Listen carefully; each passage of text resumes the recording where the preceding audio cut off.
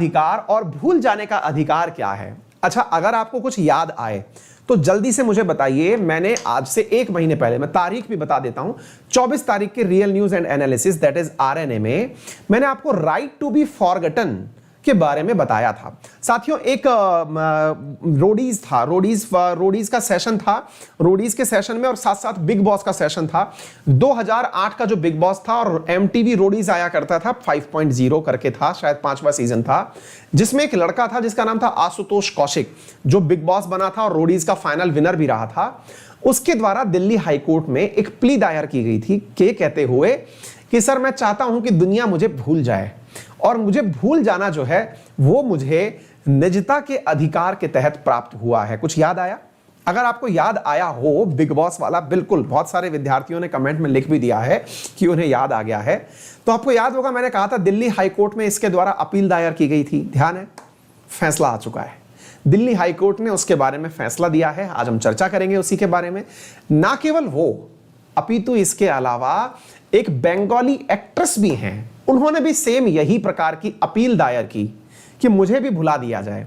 तो भैया ये मतलब एक गाना है ना, तुझे भुला दिया, तो भैया लग रहा है हमें कि ये सारे सेलिब्रिटीज आ करके दुनिया से डिमांड कर रहे हैं कि हमें भुला दो। हमें क्यों भुला दो? अब इसके पीछे भी बहुत बड़ा कारण है, आज के सेशन में हम समझेंगे। और क्या वाकई में ये पॉसिबल है कि आपकी इंटरनेट पे से पूरी तरह से जानकारी मिटा दी जाए? क्या यह पॉसिबल है कि आपको पूरी तरह से अकेला छोड़ दिया जाए? क्या right to be forgotten privacy का अधिकार है? क्या कहा दिल्ली हाईकोर्ट ने? आइए पूरी बात समझाएंगे, पूरे मसले को डिटेल में डील करेंगे। क्या आपको पूरी तरह से इंटरनेट से गायब किया जा सकता है? चर्चा करते हैं। चलिए साथियों, तो साथियों, दिल्ली के हाईकोर्ट के द्वारा हाल ही में निजता के अधिकार के ऊपर चर्चा की गई। कहां से ये पार्ट हमको रिलेट करना चाहिए? ये फंडामेंटल राइट से जुड़ा हुआ पार्ट है, जो कि पॉलिटी एंड गवर्नेंस आपके जीएस पेपर 2 के अंदर सबसे इंपॉर्टेंट है। अगर आपको मालूम हो तो फंडामेंटल राइट्स की यहां पर बातें होने वाली हैं। आर्टिकल 21 की और आर्टिकल 19 की लड़ाई आप यहां देखने वाले हैं। तो चलिए इस यात्रा को बहुत तरीके से समझते हैं। आपके सामने ये जो व्यक्ति हैं, इन्हीं का नाम है आशुतोष कौशिक। अगर आपको ध्यान हो तो मैंने 24 तारीख के दिन आरएनए के अंदर इस क्वेश्चन को पढ़ाया था। 24 तारीख का ये आरएनए था, उस दिन क्वेश्चन नंबर 3 पर ही मैंने ये क्वेश्चन पढ़ाया था।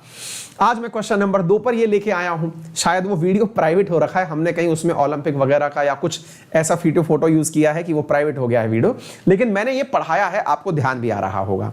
तो चलिए अब हम चर्चा करते हैं दिल्ली हाईकोर्ट ने क्या कहा। तो चलिए सुनते हैं दिल्ली हाईकोर्ट के observation on right to be forgotten. साथियों, पहले थोड़ा सा डिटेल में मुद्दे को डिस्कस कर लेते हैं। मुद्दा यह है, आशुतोष कौशिक की बात तो मैंने महीने भर पहले 24 जुलाई को बता दी थी। आज मैं आपको एक और बात बताता हूं।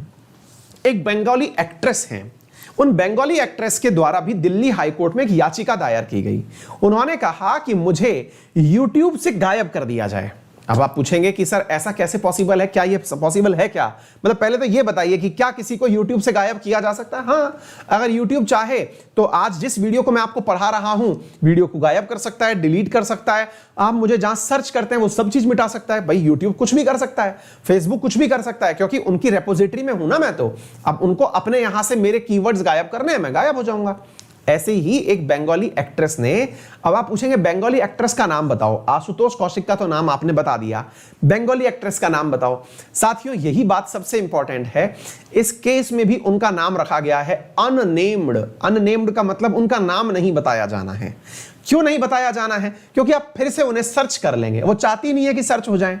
फिर आप पूछेंगे कि सर ऐसा क्या हुआ है उनके साथ? वंस अपॉन ए टाइम, ये रामू जी है ना, अपने रामू जी, राम गोपाल वर्मा जी, उनके पास गई थी काम मांगने के लिए। बंगाली एक्ट्रेस हैं, काफी प्रसिद्ध हैं बंगाल के अंदर। तो ये बंगाल की एक्ट्रेस हैं और राम गोपाल वर्मा जी के पास काम मांगने गई। राम गोपाल वर्मा जी ने इनसे कहा कि उन्हें लीड रोल मिलेगा। यह कहानी इसलिए जानना जरूरी है ताकि आप इस बात का महत्व समझ पाएं कि कोई भुलवाना अपने आप को क्यों चाहता है। तो साहब ये राम गोपाल वर्मा जी के पास गई, उन्होंने अपने लिए लीड रोल मांगा, यानी कि मुख्य किरदार उन्हीं का हो। राम गोपाल जी ने कहा ठीक है।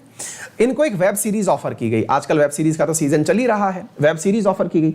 वेब सीरीज जब ऑफर की गई तो वेब सीरीज के अंदर उनके कुछ अश्लील फोटोज का मतलब जिसमें न्यूडिटी का यानी कि नग्न नग्नता का प्रदर्शन होता हो, कुछ इस प्रकार की फोटो फ्रेम की गई। मतलब एक प्रकार से यह समझिए कि उसके कुछ सीन्स ऐसे थे जिनके अंदर न्यूडिटी का प्रचार हो रहा था या फिर अश्लीलता का प्रचार हो रहा था। वेब सीरीज तो आई नहीं, लीड रोल इनको मिला नहीं, लेकिन उसका ट्रेलर आउट हो गया और उस ट्रेलर के अंदर इनके उन्हीं सीन्स को बार बार दिखा करके उसकी व्यू बढ़ाए गए। साथियों, वो वेब सीरीज बाद तक नहीं आई, लेकिन वो ट्रेलर बहुत ज्यादा सर्कुलेट होते रहे।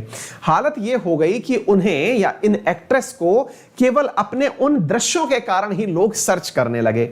यानी कि इनका जो वर्तमान काम है, जिसके चक्कर में ये बंगाल में काफी रिनाउंड हैं, इन्हें अब अपने ट्रेलर के कारण लोग जानने लगे।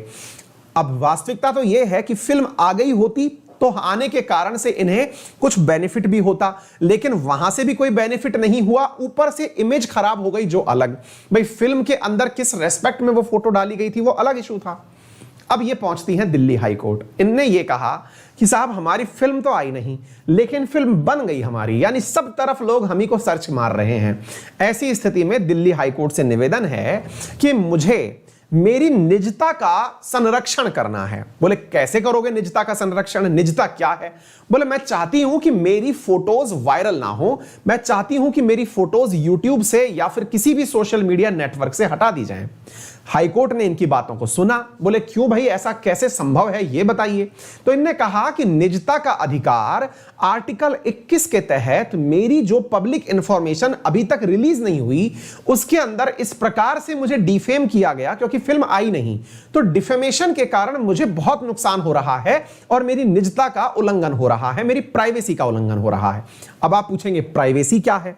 साथियों, प्राइवेसी के बारे में वर्ष 2017 के अंदर भारत की सुप्रीम कोर्ट ने एक फैसला दिया था। भारत की सुप्रीम कोर्ट ने जब फैसला दिया तो उस केस को मतलब नाम जाना जाता है justice K S. Puttaswamy versus union of India case 2017। इसके अंतर्गत आर्टिकल 21, जिसे आप जीने का अधिकार के नाम से जानते हैं, उस आर्टिकल 21 के अंदर निजता के अधिकार को भी जीवन का अधिकार माना गया था। यानी कि 2017 के अंदर justice KS. Puttaswamy versus union of India जो केस था, इसके अंदर निजता के अधिकार को, निजता का अधिकार है कि कोई मेरी बातें ना सुने, कोई मुझे ये ना जांचे कि मैं कहां जा रहा हूं, कहां आ रहा हूं, मेरी पर्सनल लाइफ पर्सनल है, उसके अंदर कोई ताक झांक ना करे। तो ऐसी स्थिति में राइट टू प्राइवेसी को भारत के जो सुप्रीम कोर्ट है उसके द्वारा आर्टिकल 21 के तहत मूल अधिकार बना दिया गया था। आपको यह मालूम होना चाहिए, भारत के संविधान के भाग 3 में आर्टिकल 21 या कोई भी आर्टिकल अगर वायलेट होता है, यानी उसका उल्लंघन होता है, तो आप उसको स्थापित करने के लिए आर्टिकल 32 के तहत सुप्रीम कोर्ट जा सकते हैं और आर्टिकल 226 के तहत हाई कोर्ट जा सकते हैं कि भाई मेरी निजता का उल्लंघन हुआ है, मैं इसे वापस स्थापित करना चाहता हूं, कृपया करके इसे पुनर्स्थापित किया जाए। ठीक है, तो साथियों इस आधार पर ये चले गए। अब इन्होंने कहा कि आपकी ये चीज तो ऑलरेडी मार्केट में आ चुकी है, तो फिर निजता बची कैसे? आपके दिमाग में भी ये सवाल आएगा। जब फोटो मार्केट में आ चुकी तो फिर प्राइवेसी बची कहां? वो तो ऑलरेडी मार्केट में है, प्राइवेसी तो आती नहीं तो होता। तो इन्होंने अपने अधिकार को बचाने के लिए 226 का सहारा लेते हुए दिल्ली हाईकोर्ट में याचिका दायर की कि ठीक है, फोटोज मार्केट में आ चुकी हैं लेकिन वो हटाई जा सकती हैं। इनसे पूछा गया कैसे हटाई जा सकती हैं, तो सुन लीजिए साथियों, भारत सरकार ने हाल ही में नए आईटी रूल्स प्रकाशित किए हैं। आईटी एक्ट 2000 के अंदर भारत सरकार ने नए आईटी रूल्स 2021 जारी किए थे मार्च 2021 में, जिन्हें मई 2021 तक जितनी भी सोशल मीडिया पार्टीज हैं, थर्ड पार्टीज हैं, इन्हें फॉलो करना था। जिसके अंदर अगर किसी भी व्यक्ति को कोई आपत्ति होती है अपने किसी कंटेंट को लेकर, तो वो उन्हें हटवा सकता है विद कंप्लेंट। आपको याद होगा, मैंने आपको यह पढ़ाया हुआ है। तो ऐसी स्थिति में यह प्रैक्टिकली पॉसिबल तो है क्योंकि भारत सरकार के पास ऐसे कानून हैं। अच्छी बात है, लेकिन फिर सुप्रीम हाईकोर्ट ने यह पूछा, हम क्यों पेन लें आपके लिए इस बारे में कि भाई आपकी निजता का उल्लंघन हो रहा है, आपने तो खुद फोटो खिंचवाई है, अब क्या करें? तो इन्होंने कहा कि ठीक है, मेरी निजता का उल्लंघन हो चुका है, लेकिन मैं इसे रिकवर तो कर सकती हूं, भविष्य से तो बच सकती हूं ना। अभी तक जो हो गया वो ठीक है, लेकिन फ्यूचर में लोग मुझे सर्च मारे तो इससे मैं कैसे बचूं? तो इसके लिए मैं चाहता हूं या चाहती हूं, इन मैडम ने जो कहा कि मैं ये चाहती हूं कि मुझे भुला दिया जाए। भुला कैसे दिया जाए? कि मुझे सोशल मीडिया से पूरी तरह खत्म कर दो, मैं कहीं पर भी सर्च करने पर दिखाई ना पड़ूं, मेरी जो भी फोटोज हैं या जो भी प्रेजेंस है उसे जीरो कर दीजिए। अगर ऐसा होता है तो हाईकोर्ट ने पूछा ऐसा करना हम क्यों करेंगे ऐसे, तो इन्होंने स्थापित किया इस बात को कि मैडम जी सुनिए, या इनके वकील ने यह बात स्थापित करी कि निजता के अधिकार में ही भुला देने का अधिकार भी शामिल है। किसी व्यक्ति को अगर लगता है कि उसे भुला दिया जाए तो इसमें कोई गलत नहीं है, वो उसकी निजता है। यही आशुतोष कौशिक की डिमांड थी। आशुतोष कौशिक की जो डिमांड थी वो ये थी कि भाई मेरी बहुत सारी, जब भी कोई आशुतोष कौशिक सर्च मारता है तो उसमें या तो मेरे द्वारा किया गया एक्सीडेंट दिखाई देता है गूगल पर, या फिर मेरे द्वारा कहीं किसी को थप्पड़ मारा गया वो सबसे ऊपर दिखाई पड़ता है। तो बोले मैं अपनी इमेज कब तक सुधारूं, मेरी पुरानी फोटोज मेरा पीछा नहीं छोड़ रही हैं, तो मैं चाहता हूं कि मुझे भुला दिया जाए। तो आपको उम्मीद है यह बात समझ में आ गई होगी। और हाईकोर्ट ने फिर क्या कहा? हाईकोर्ट ने इनकी बात को मानते हुए आदेश दिया कि ठीक है, इनकी बात को हम निजता के अधिकार में मानते हुए राइट टू बी फॉरगटन के आधार पर इनकी बात को मानते हैं। याचिकाकर्ता ने या जो शिकायतकर्ता जो प्लेंटिफ है उसने जो शिकायत की है, इसको मानते हुए हम इनको भुला देने का अधिकार देते हैं। हम आदेश देते हैं कि इनको सोशल मीडिया से गायब कर दिया जाए। आ गई बात समझ में? तो उम्मीद है आपको यह बात समझ में आ गई होगी। याद रखिएगा यहां पर राइट टू बी फॉरगटन और साथ में right to be left alone या अकेले रहने का अधिकार, यह भी आपके निजता के अधिकार से जुड़ा हुआ है। एक लंबी डिबेट शुरू हो चुकी है कि क्या वाकई में ऐसा संभव किया जा सकता है। अब आप पूछेंगे डिबेट क्यों शुरू हुई सर इस बारे में? चलिए अब दूसरा एस्पेक्ट जानते हैं इस बात का। साथियों, आप में से बहुत सारे लोगों ने निजता का अधिकार तो सुन लिया, लेकिन क्या आपको नहीं लगता कि भाषण और अभिव्यक्ति का अधिकार समाचार पत्रों के पास भी है? भाषण और अभिव्यक्ति का अधिकार ही तो है जो भारत के मूल अधिकारों में पार्ट 3 के तहत आर्टिकल 19 में हमें दिया गया है, जिसके तहत हम वाक और अभिव्यक्ति की स्वतंत्रता रखते हैं, फ्रीडम ऑफ एक्सप्रेशन।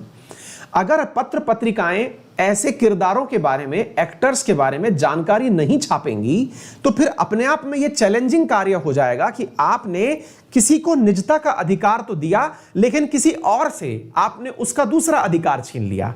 किससे छीन लिया? पत्रकारों से। उनके द्वारा उनको जो प्राप्त अधिकार है, राइट टू एक्सप्रेशन, वो छीन लिया। तो क्या आपको नहीं लगता कि यहां पर आर्टिकल 19 की आर्टिकल 21 से लड़ाई हो रही है? आर्टिकल 19 जहां एक व्यक्ति विशेष के बारे में चर्चा कर रहा है, वहां आर्टिकल 19 एक पत्रकार को कल को अगर उनके बारे में कुछ लिखना हुआ तो वो ढूंढेगा कहां से? भाई न्यूज जो मार्केट में अवेलेबल है उन्हीं से तो बनता है। आज मैं आपके सामने ये जो सारी जानकारियां लेके आता हूं, ये पुराने जो गूगल पर पड़े हुए डॉक्यूमेंट्स हैं, जानकारी हैं, वहीं से तो लेके आता हूं। अगर कल को हमारे जैसे लोगों के लिए भी मुसीबत हो जाएगी, फिर हमारा आर्टिकल 19 क्या कहेगा? मेरा अधिकार है कि मैं अभिव्यक्ति दूं, किसी के बारे में चर्चा है तो खोज के लाऊं उसके बारे में। कल को कोई व्यक्ति चर्चा में आया और उसके बारे में जानकारी नहीं है, तो क्या आपने ये अपने आप में गलत नहीं किया?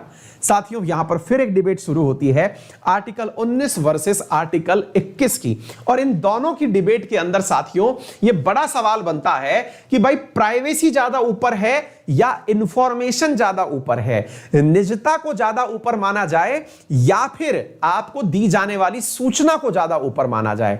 यानी कि यह केस दिल्ली हाई कोर्ट तक ही रुकने वाला नहीं है, यह केस आगे भी जा सकता है, सुप्रीम कोर्ट भी पहुंच सकता है, जहां सुप्रीम कोर्ट संभव है इस बारे में चर्चा करे कि बताइए हम किसको ऊपर माने। तो उम्मीद है आप लोगों को यह बात अच्छे से समझ में आ गई होगी। क्लियर है?